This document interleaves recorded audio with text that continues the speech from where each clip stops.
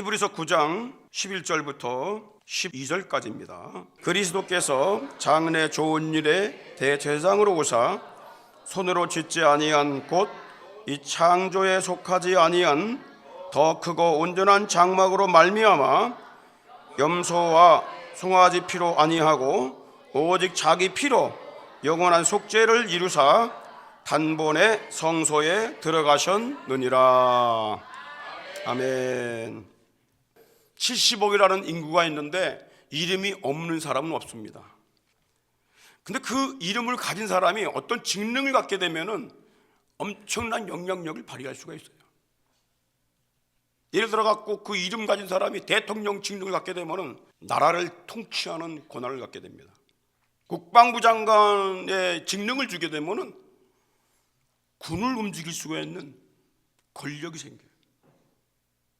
이름 속에는 엄청난 비밀이 들어있어요. 우리 예수라는 이름 속에 항상 따라다니는 명칭이 있어요. 그리스도라는 말입니다. 그래서 예수라는 말 옆에 항상 그리스도가 따라붙어요. 굉장한 영향력이 있는 명칭입니다. 신약성경에서 예수라는 말이 909번 나옵니다. 그리고 그리스도라는 말이 483구절이 나오고요. 그리고 예수 그리스도 혹은 그리스도 예수라는 호칭이 208번이 나옵니다. 여러분, 신약성경에 하나님이라는 명칭보다 예수님이라는 명칭이 더 많이 나오는 거 아십니까? 하나님이라는 칭호가 1038번 나옵니다. 그런데 예수라는 이름과 연관된 호칭, 주라든가 그리스도라든가 인자라든가 하나님의 아들이라는 이 명칭이 무려 1509번이 나옵니다. 무엇을 중심으로 신앙생활을 해야 되는가를 우리에게 보여주는 겁니다. 그리스도란 말, 이 말은 기름 부음을 받은 자 그 뜻입니다. 히브리어로는 메시아라고 부릅니다. 메슈아흐라는 단어입니다. 출애굽기 40장 13절에 보게 되면 아론에게 거룩한 옷을 입히고 그에게 기름을 부어, 기름 붓는다, 병으로다가 머리에 기름을 붓는다. 이게 그리스도란 말이에요. 이걸 히브리어로 메시아라고 부르는 거예요. 기름 부음을 받은 자, 그 뜻은 메슈아흐. 그리고 기름 붓다라는 동사는 메샤흐라는 단어입니다. 그래서 예수 그리스도라는 말이 뭐냐?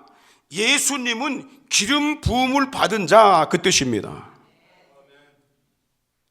구약시대에는 하나님 택한 세 종류의 사람들에게 기름을 부었는데 선지자, 제사장, 왕을 세울 때 그 머리에 기름을 붓고 안수해서 그에게 직임을 맡겼습니다.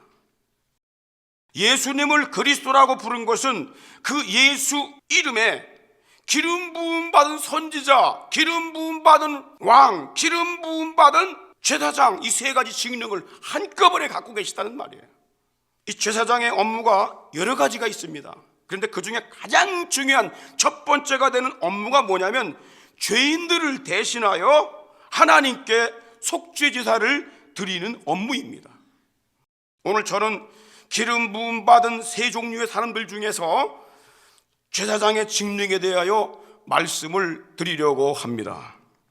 첫째로, 제사장 직분은요, 인류가 시작할 초기부터 희생제사와 함께 시작이 됐습니다.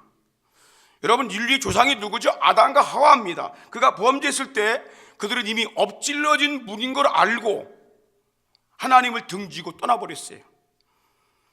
하나님, 제가 잘못하고 마귀 말 듣고 선악과를 다 먹었어요. 어떻게 하면 좋아요? 이렇게 돌아오는 게 아니라 그냥 엎질러진 물인데 아이고 이거 엄마한테 건너갔구나, 도망가는 거죠. 그러나 하나님은 죄책감과 두려움에 숨어있는 아담을 찾아가셔서 먼저 부르시고 그에게 구원의 길을 알려주십니다. 첫 번째가 뭐냐면 구원자를 여자의 후손으로 보내겠다, 이 언약을 주시고, 두 번째 뭐냐면 집행유예를 주신 거예요. 벌을 받도록 처리를 해야 되는데 처리하지 않고 유예를 주셨어요. 집행유예를 주신 겁니다. 그리고 그들의 죄와 허물을 사하겠다는 증표로 희생양의 가죽옷으로 옷을 만들어 입혀주신 거예요. 창세기 3장 21절, 여호와께서 아담과 그 아내를 위하여 가죽옷을 지어 입히니라. 이 가죽옷은 동물 희생양을 잡아서 그 가죽을 벗겨서 옷을 만들어 입혀주신 거예요. 그러니까 네 죄를 덮어주기 위해서는 죽음을 당하는 누군가가 있어야 한다는 거죠. 이후부터 아담과 하와는 하나님이 정하신 안식일이나 또는 추수 끝난 후에 날을 택해서 자녀들과 함께 희생제사를 드렸습니다. 아담은 하나님의 대리자입니다. 그 세 가지 직능을 갖고 있었어요. 아담은 아버지로서의 가장의 직능, 시족 족장으로서 부족을 다스리는 직능, 제사장으로서 희생제사를 집례하여 믿음의 공동체를 세우는 직능을 갖고 있었어요. 이것이 아담의 사명입니다. 이것이 우리의 사명이 되어야 돼요. 왜 하나님 우리를 구원해 주셔서 이 땅에 살게 하셨는가? 그냥 밥 먹고 튼튼해가지고 죄 짓고 나쁜 짓 하고 살라고 우리를 살려두신 게 아니다 그 말이야. 이 아담의 직능 갖고 있어야 돼. 가정에서는 부모로서의 직능, 사회 나가서는 잘 다스리고 통치하는 직능, 관리하는 직능, 그리고 신앙적으로는 희생제사를 드려서 죄사함 받게 하는 이런 일을 하는 사명을 감당해야 할 줄 믿습니다. 여러분, 아버지로부터 속죄 방법을 정수받은 아벨도 하나님의 어린 양을 제물로 드려서 죄사함과 의롭다함 받았습니다. 창세기 4장 4절에 아벨은 양의 첫 새끼와 그 기름으로 드렸더니 여호와께서 아벨과 그 제물을 연락하셨다고 그랬어요. 그리고 히브리서 10장 4절에 보니까 믿음으로 아벨은 가인보다 더 나은 제사를 하나님께 드림으로 의로운 자라는 증거를 갖고 있었다고 그랬어요. 죄인으로 출생했지만은 희생양의 제사를 통해서 의인이 된 겁니다.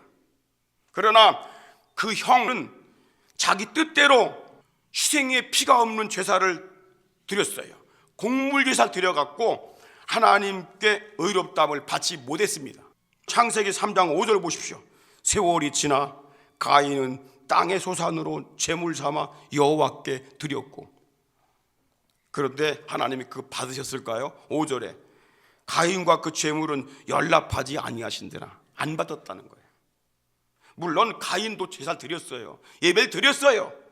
그러나 그런 피 없는 제사, 죄사함이 없는 제사,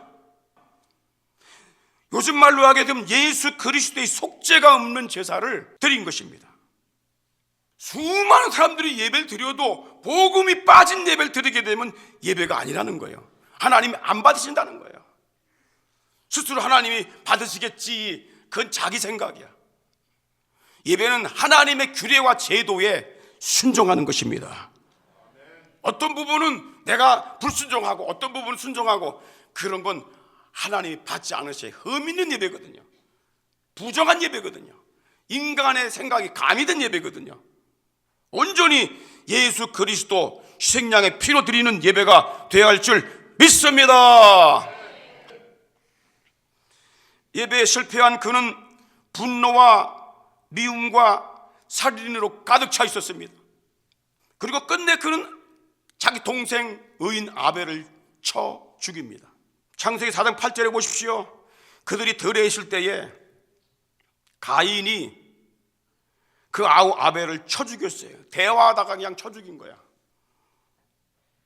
그는 왜 아벨을 죽였을까요? 예배에 실패하게 되면요, 인생의 실패자가 되는 거예요.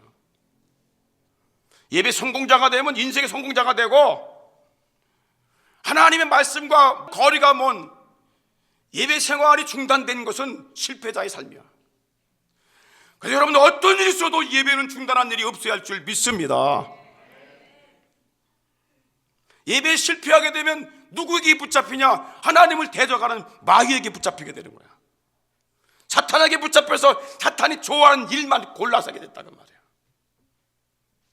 성경이 그걸 말씀하고 있어요. 요한일서 3장 12절 보십시오. 가인이 왜 아벨을 죽였는가 이유가 나옵니다. 가인같이 하지 말자. 저는 악한 자에게 속하여, 악한 자가 누굽니까? 사탄 마귀입니다. 마귀에게 속하여 그 아우를 죽였다고 그랬어요. 어찐 용도로 죽였느냐? 자기 행위는 악하고 그 아우가 의로웠기 때문에.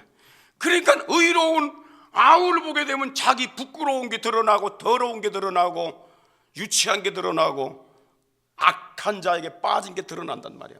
저놈만 없게 되면은 드러나지 않을 텐데 의롭다함 받은 사람 앞에 가게 되니까 자기의 부끄러움과 티가 드러나는 거야. 그럼 자기도 의롭다함 받아야 되겠다. 그래서 희생제물로 하나님 원하신 대로 제사 드리면 되는데 그걸 하지 않고 어떻게 해요? 저놈을 갖다가 없애버려야겠다.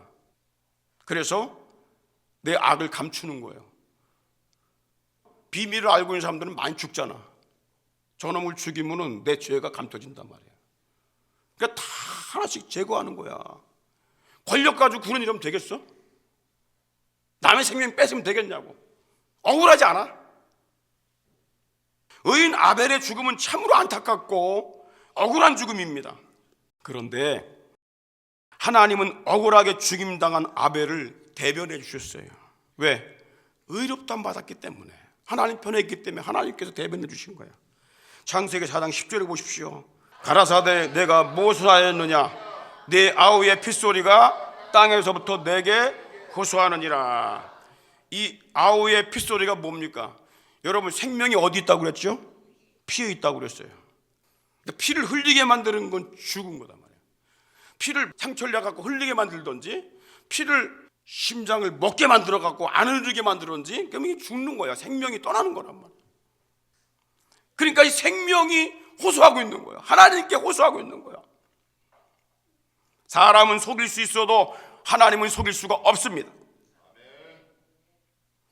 하나님은요, 사랑이 많으시기 때문에 그 범죄한 아담에게 하셨던 것처럼 이 가인에게도 집행유예를 선고하셔요. 그 대신에 땅이 저주를 받아 효력을 없게 한다고 그랬어요. 유리하면서 죄인의 삶이 고통과 가시밭길임을 깨닫게 한 거예요. 창세기 4장 11절 12절 한번 읽겠습니다.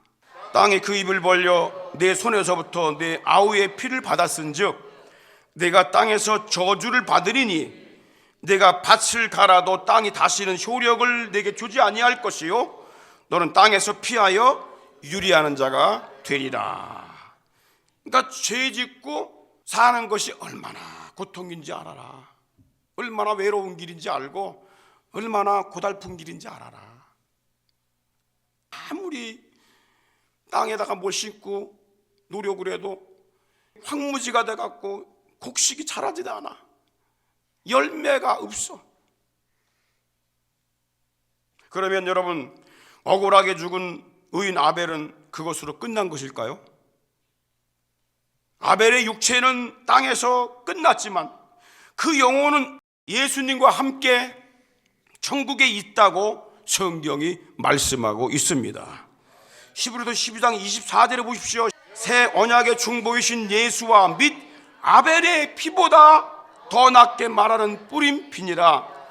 사도 바울이 보니까 환상 속에서 천국의 모습을 보는데 거기 보니까 하나님도 계시고 의인도 있고 구약의 장자들도 있고 그리고 교회 성도들도 있고 그리고 24절에 보니까 새 언약의 중보자신 예수님도 있고 그리고 억울하게 죽은 아벨의 피보다 더 낫게 말하는 뿌린 피니라. 이거 어렵죠. 좀 쉽게 말하면 아벨이 죄인으로 출생했잖아.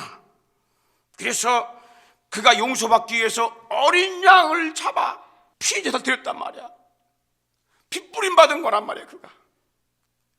그래서 그곳에는 어린 양의 피도 있고 어린 양의 피로 죄사함 받은 아벨도 있다는 거예요. 어디? 하나님의 나라에. 하나님은 이 사건을 통해서 사람의 죽음 뒤에 영생에 대한 놀라운 비밀이 있음을 알려주고 있는 것입니다. 억울하게 죽임당한 의인, 여러분 억울하게 죽임당한 사람 많잖아요, 세상에. 그 의인이 예수님이 계시는 영광스러운 천국으로 들어갔다는 사실을 믿으시기 바랍니다. 이 사건을 반증해 주는 사건이 또 하나 있어요. 사도행전 7장 56절입니다. 여러분, 스데반 집사님이 예수 복음을 전하고 그 공회원들 앞에서 예수님이 죽으시고 부활했다고, 이분이 의인이라고, 이분이 구원자라고 막 증거하니까 이 유대인들이 말이죠, 돌을 들어서 스데반을 막 치려고 달려들었습니다. 그때에 스데반이 갑작스럽게 하늘이 열리는 모습을 봅니다. 그리고 이렇게 외칩니다. 56절에 말하되 보라, 하늘이 열리고 인자가 하나님 우편에 서신 것을 보노라. 뭐가 열렸어요? 하늘이 열렸어요. 천국을 보게 된 것입니다. 그리고 59절에 보니까 그들이 길을 틀어막으면서 이 스데반에게 돌로 막 때립니다. 여러분, 돌이 이마에 맞고 얼굴에 맞고 눈에 맞고 머리에 맞고 몸에 맞을 때 얼마나 아프겠어요.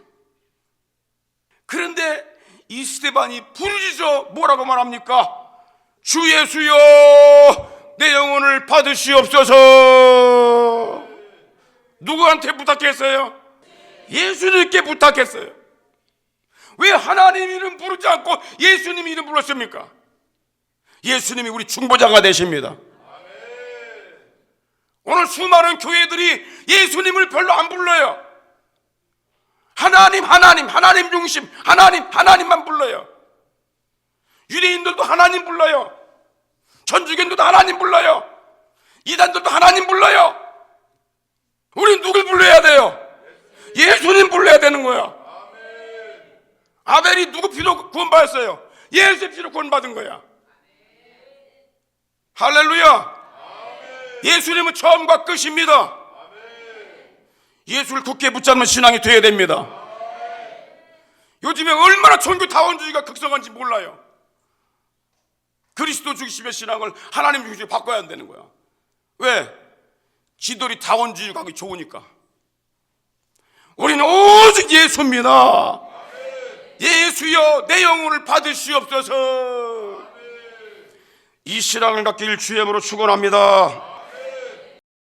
두 번째, 이스라엘 백성들의 죄를 위해서 하나님께서 제사장을 세워주셨어요. 하나님께서 아브라함을 부르셔서 네 자손들을 크게 번성케 하고 네 자손들에게 이 가나안 땅을 기업으로 주겠다 약속하시면서 그 증표로 희생제사를 드리게 하셨어요. 창세기 15장 9절 10절을 보십시오. 여호와께서 그에게 이르시되 나를 위하여 3년 된 암소와 3년 된 암염소와 3년 된 수양과 산비둘기와 쥐비둘기 새끼를 취할지니 아브라함이 그 모든 것을 취하여 그 중간을 쪼개고 그 쪼갠 것을 마주 대하여 놓고 그 새는 쪼개지 아니하였다 했습니다. 여러분, 아브라함이 하나님의 명을 쫓아서 그대로 희생제사를 드린 것입니다. 치드레기 드린 거 아니고 토끼 잡아 드린 것도 아니고 낙타를 잡아 드린 것도 아니야. 하나님이 명하신 그대로 소, 양, 염소, 비둘기, 이 네 개가 정결한 짐승입니다. 희생양의 짐승들입니다. 그걸 다 드렸더니 하나님께서 이렇게 응답을 주셨어요. 창세기 15장 17, 18절 해가 져서 어둘 때에 연기나는 풀무가 보이며 타는 횃불이 쪼갠 고기 사이로 지나더라. 그날에 여호와께서 아브라함으로 더불어 언약을 세워 가라사대 내가 이 땅을 애굽 땅에서부터 큰 강 유브라데까지 네 자손에게 주리라. 가나안 땅을 주신다는 거예요. 누구에게? 그 자손들에게. 여러분, 이 예수 그리스도의 피로 희생제사를 드리는 곳에 하나님의 성령의 불이 임하는 것입니다. 그리고 복음의 말씀이 임하는 것입니다. 언약의 말씀이 임하는 거예요. 앞으로 태어나서 번성할 자손들을 대표하여 희생제사 언약을 체결한 자가 누굽니까? 족장 아브라함입니다. 제사장 아브라함입니다. 그는 앞으로 번성할 이스라엘을 대표하는 제사장이었습니다. 아직 자식도 없는 아브라함과 맺은 희생제사 언약입니다. 자식도 없는데 번성할 자식들을 미리 바라보면서 희생제사 언약을 주신 겁니다. 이 희생제사 언약은 앞으로 태어날 자손들에게도 죄사함과 의롭다함 받고 천국 백성이 되는 효력이 있음을 보증한 것인 줄 믿으시기 바랍니다. 아브라함에게만 주신 게 아닙니다. 우리에게도 주셨다고 말씀하고 있는 겁니다. 여러분, 이스라엘 백성들이 애굽의 바로 왕의 폭정에서 종살이하며 극한 고통을 겪고 있을 때에 하나님께서 그 죽음의 재앙을 이기고 애굽의 압박에서 해방되는 비밀을 알려주셨습니다. 그게 뭡니까? 어린 양을 잡아 피를 네 집 문에 발라라, 그 말이에요. 그래서 이스라엘 백성들은 어린 양을 잡아서 그 피를 내갖고 집 문에다가 다 시뻘겋게 발랐어요.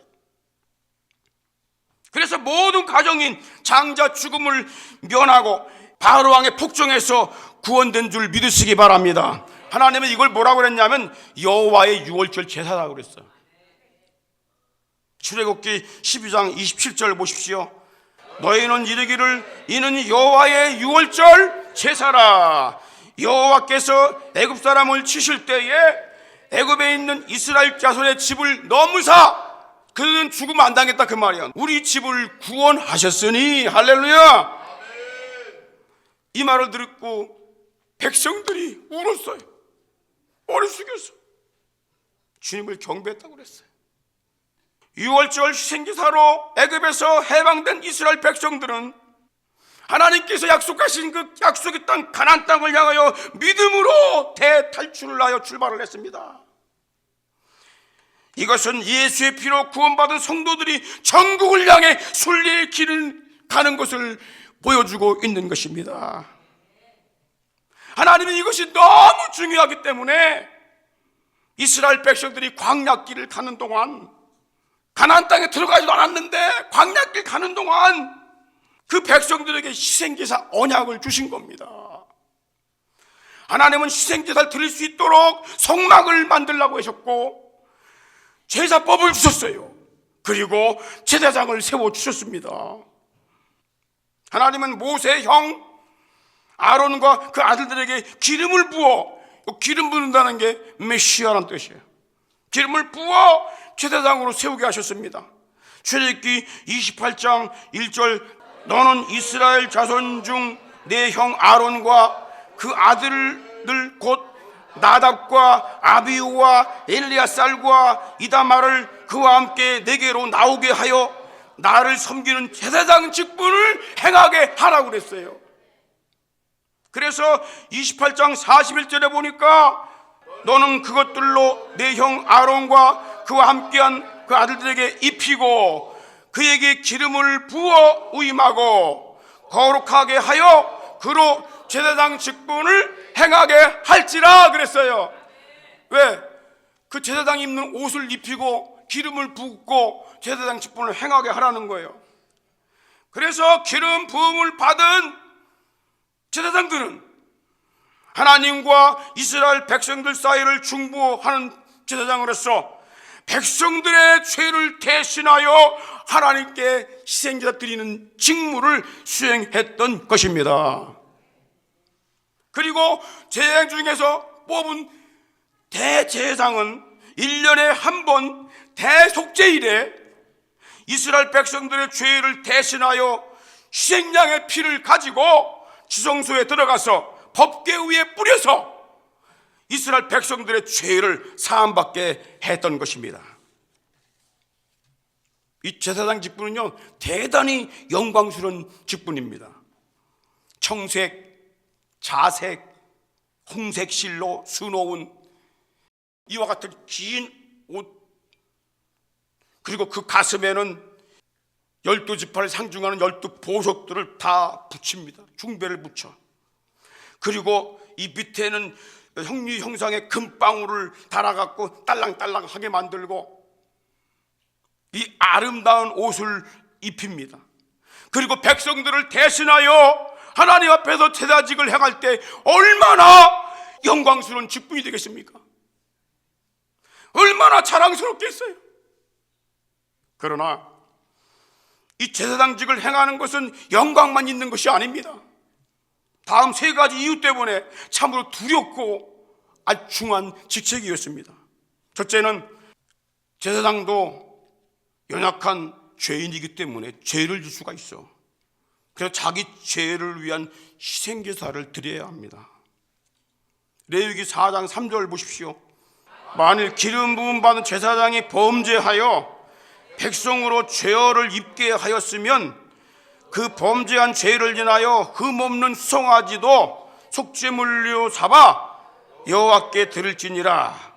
흠없는 수송아지를 속죄제물로 삼아 여호와께 드려라. 왜? 제사장도 죄인이다 그 말이에요. 죄를 질 수 있다 그 말이에요. 그래서 제사장도 하나님 앞에 속죄제사를 드려야 되는 거예요. 회개하고 늘. 두 번째, 왜 두려운 직책이냐? 제사 드리다가 잘못 드리게 되면요, 자기가 죽음을 당해요. 아주 무서운 겁니다. 실제로 아론의 아들 나답과 아비후가 여호와 앞에서 다른 불을 드리다가 저주를 받아 죽음을 당했습니다. 레위기 10장 1절 2절 아론의 아들 나답과 아비후가 각각 향로를 가져다가 여호와의 명하시지 않은 다른 불을 담아 여호와 앞에 분향하였더니 불이 여호와 앞에서 나와 그들을 삼킴에 그들이 여호와 앞에서 죽으니라. 제사장 직분하다가 죽을 수 있다는 얘기예요. 제사장 직분 드리다가 여러분 멸망당할 수도 있어. 그래서 많은 사람들이 이거 안 하려고 그러는 거야. 여러분 대제사장은 왜 더 두려운지 아십니까? 1년에 한 번 대속죄일 날 양의 피를 가지고 법궤가 있는 지성소에 들어가서 피를 뿌려 하나님께 온 이스라엘 백성들을 용서해달라고 기도를 합니다. 하나님께서 보실 때에 너무 이 백성의 죄가 많아갖고 용서를 하지 않을 때는 제사장을 죽이는 거예요. 그래서 제사장 밑에는요, 여 밑에다가 방울 달아, 방울, 딸랑딸랑딸랑한 방울 달아. 그 제사장이 움직이면 딸랑딸랑 소리가 나잖아, 움직이면은. 그런데 안 움직여. 그럼 소리가 안 나잖아. 그럼 죽은 거야. 그래서 누구도 그 안에 못 들어갑니다. 큰 갈고리가 있어. 갈고리로다가 밑에서 그 휘장 밑에다가 집어넣어갖고 이렇게 걸리면 그걸 끌고 내는 거야. 얼마나 두렵습니까? 여러분, 가인도 하나님께 제사 드렸잖아. 그런데 가인이 저주받았잖아. 똑같은 겁니다. 나답과 아비후도 제사 드렸는데 하나님이 명하지 않은 방법을 했다 그 말이야. 예배가 뭐냐? 예배는 하나님의 규례와 제도에 순종하는 것입니다. 그게 예배입니다. 내 마음이, 내 인간 생각이 주가 되는 게 아니에요. 목사 생각이 주가 되는 게 아니다 그 말이야. 세 번째, 제사장도 죽음을 당하기 때문에 나이가 들면 죽잖아. 제사 직분이 자꾸 바뀝니다. 그러니까 연약한 거야. 그럼에도 불구하고 하나님은 백성들의 죄사함 받도록 하기 위해서 약점을 가진 사람이라 할지라도 기름을 부어서 제사장 직분을 행하게 했다는 얘기예요. 언제까지? 예수님이 오시기까지, 완전한 제사장이 오시기까지. 그래서 히브리서 7장 23절에 보십시오. 저의 제사장 된 자의 수요가 많은 것은, 제사장들이 많이 뒀어. 왜? 그 사람이 죽을 수도 있고 사고 당할 수도 있고 그러니까.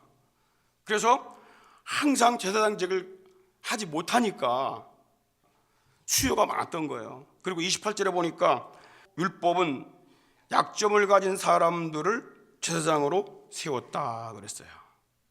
율법 시대에는 약점을 가진, 허물이 있고 죄 많은 사람들이라 할지라도 하나님께서 택한 자들에게 제사장 직분을 행하게 했다 그 말이에요. 이게 은혜입니다. 마지막으로 예수님은 온 세상 백성들의 죄를 담당한 대제사장이십니다. 예수님은 선지자, 왕, 제사장 세 직능을 모두 가지신 완벽한 제사장이십니다. 완벽한 그리스도이십니다. 그러나 예수님은 약점을 가진 베들처럼 절대 불완전하지 않습니다. 그 제사장 직분도 갈리지 않습니다. 영원한 제사장입니다. 온전한 직능을 가지신 분이십니다. 예수님은 시작도 끝도 없는 하나님의 제사장 멜기세덱처럼 그 직분이 영원히 바뀌지 않는 완전한 제사장인 걸 믿으시기 바랍니다. 그걸 성경이 말씀하고 있어요. 히브리서 5장 6절에 보십시오. 또 다른 데 이와 같이 말씀하시되 내가 영원한 멜기세덱의 판차를 쫓는 제사장이라. 하나님이 이렇게 말씀하셨대요. 너는 세상의 제사장들처럼 그러는 걸 따라가는 게 아니라 시작도 끝도 없는 완전한 제사장 멜기세덱처럼 그런 직분을 가진 자다. 그리고 10절에 보니까 하나님께 멜기세덱의 반차를 쫓는 대제사장이라 칭함을 받았느니라 그랬어요. 히브리서 7장 28절 율법은 약점을 가진 사람들을 율법 후에 하신 맹세의 말씀은 영원히 온전케 되신 아들을 세우셨느니라. 그렇죠? 그러면 하나님이 그 아들 예수님을 땅 위에 대제사장으로 세우신 이유가 뭘까요? 그 해답을 우리는 히브리서 2장 17절에서 찾아볼 수가 있어요. 이는 하나님의 일에 자비하고 충성된 대제사장이 되어 백성의 죄를 구속하려 하심이라. 할렐루야. 이것이 가장 중요한 거예요. 이 일 때문에 예수님이 필요했던 거야. 여기서 구속이란 말은 구약시대의 갈이란 말인데 이 말이 뭐냐면 되사다, 노예를 사서 풀어주다. 누가? 친족이, 가까운 사람이. 어떤 사람이 포로로 붙잡혔어. 이걸 끌어내줄 사람이 누굽니까? 아무나 끌어내줍니까? 그 사람하고 관계된 사람이 끌어내줘야 돼. 친족이 끌어내줘야 돼. 나하고 상관없는데 왜 끌어내줘? 그럼 끌어내주려면 어떻게 해야 돼? 돈을 줘야 돼. 속전을 줘야 되는 거야. 몸값을 줘야 돼. 그래서 몸값을 주고 그를 끌어내는 걸 뭐라고 그래? 구속이라고 그래. 구속. 그런데 예수님이 대제사장이 돼가지고 우리를 어디에서 구속해? 죄에서 구속하는 거야. 죄에서. 할렐루야. 그 죄값을 갚아줘야 끌어나오는 거예요. 그 죄값을 갚으려면 뭘로 갚아? 선행으로? 행위로? 종교로? 아니다 그 말이요. 어떻게 갚아요? 피값으로 갚는 거야. 생명은 생명으로 갚아야 되는 거야. 죄는 죽음입니다. 죽음으로 갚아야 되는 거예요. 그래서 흠없고 점없는 우리 예수님께서 오셔서 여러분 죄값을 갚아주시고 우리를 건져주신 걸 믿으시기 바랍니다. 그분은 영원한 제사장이십니다. 히브리서 9장 11절로 12절 보십시오. 그리스도께서 장래 좋은 일에 대제사장으로 오사 손으로 짓지 아니한 곧 이 창조에 속하지 아니한 더 크고 온전한 장막으로 말미암아 염소와 황소의 피로 아니하고 오직 자기 피로 영원한 속죄를 이루사 단번에 성소에 들어가셨느니라. 예수님이 이 땅에 대제사장으로 오셔서 희생양을 잡은 것이 아니라, 소를 잡은 것이 아니라, 염소를 잡은 것이 아니라 자기 몸을 희생시켜서 십자가에 죽이심으로 단번에 영원한 속죄를 이루신 것입니다. 할렐루야. 중요한 게 이겁니다. 히브리 8장 1절 이제 하는 말에 중요한 것은 이러한 대제사장이 우리에게 있다는 거예요. 누구에게 있어요? 우리에게 있다고 말이야. 이러한 대제사장, 우리 죄를 대신할 대제사장이 우리에게 다 있다는 거예요. 여러분들에게 있다는 거예요. 할렐루야. 그분은 하늘에서 위엄의 보좌 우편에 앉으셨느니라. 하나님 나라에서도 제사장 역할을 감당하고 있어요. 어떻게? 누구든지 주의 이름 부르기만 하면 하나님이 그를 구원하시는 일 하신다 그 말이야. 왜? 대제사장이니까. 죄 지은 사람들 죄를 대신 다 갚아주시고, 누구든지 주의 이름 부르기만 하면 죄사함 받고 의롭다함 받고 구원 천국 백성 되는 줄 믿으시기 바랍니다. 왜? 그분이 영원한 대제사장이기 때문에. 그래서 우리는 끝까지 누구 이름 불러야 돼요? 예수 이름 불러야 돼요. 우리 대제사장이신 예수님 이름 불러야 되는 거야. 할렐루야. 다 같이 주의 이름을 부르는 자는 구원을 얻으리로다. 주의 이름을 부르는 자는 구원을 얻으리로다.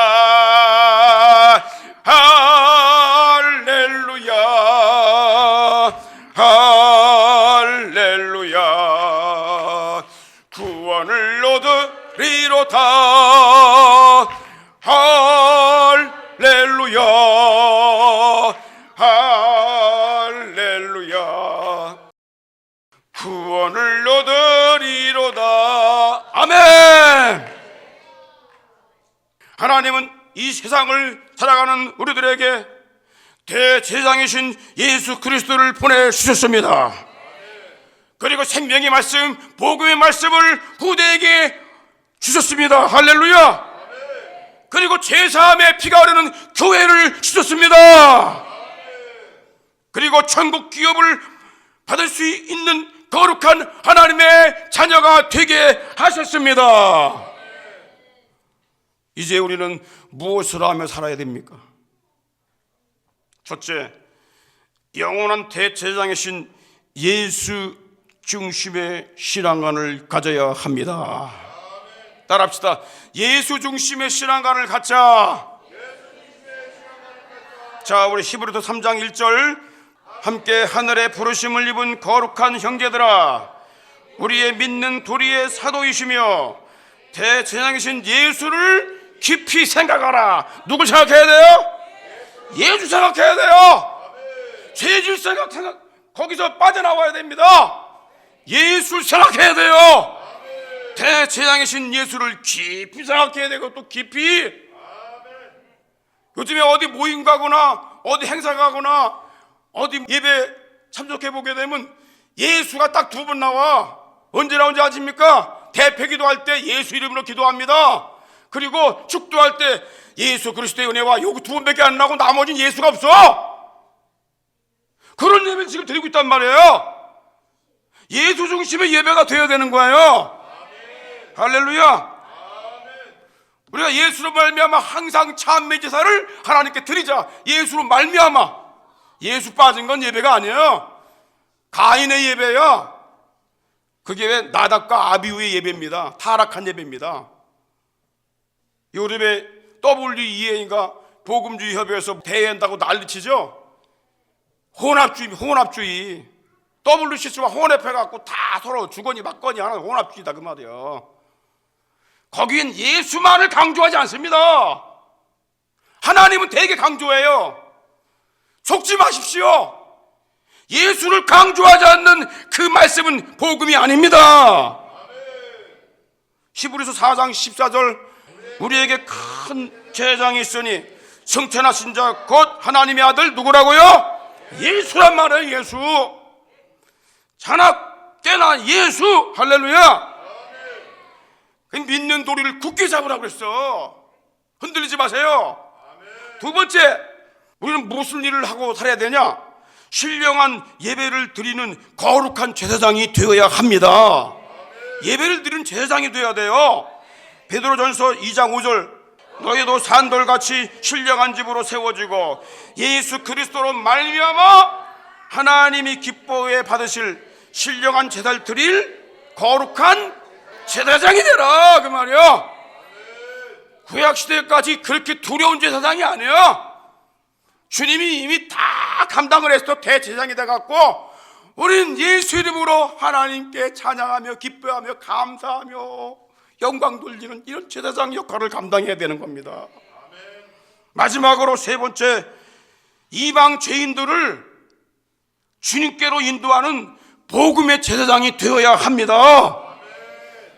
베드로전서 2장 9절 오직 너희는 택하신 족속이요 왕같은 제사장이다. 여러분, 제사장이 에봇을 입고 영광스러운 옷을 입고 백성들을 대신하여 하나님께 제사드리는데 왕이지 뭐야 이게.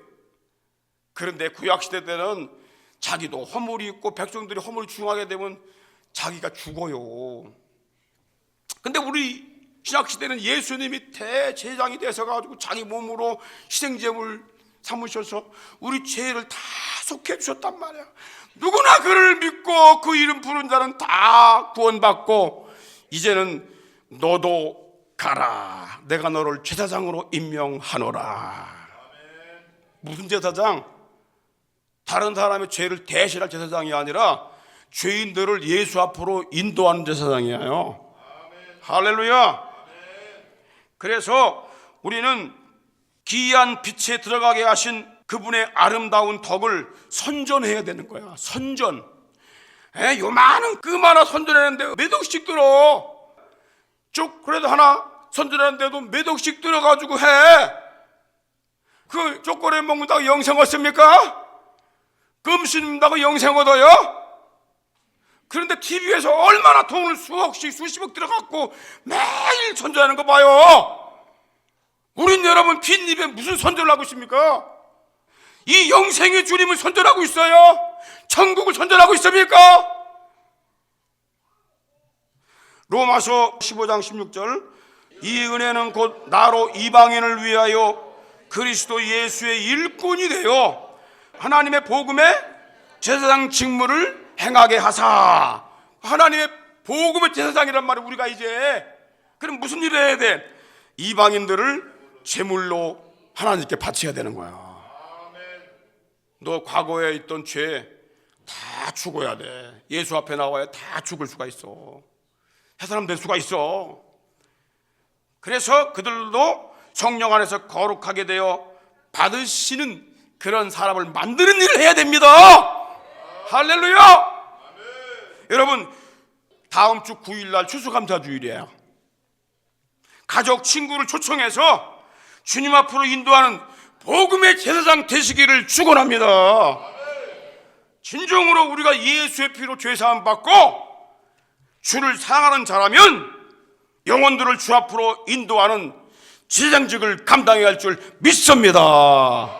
할렐루야.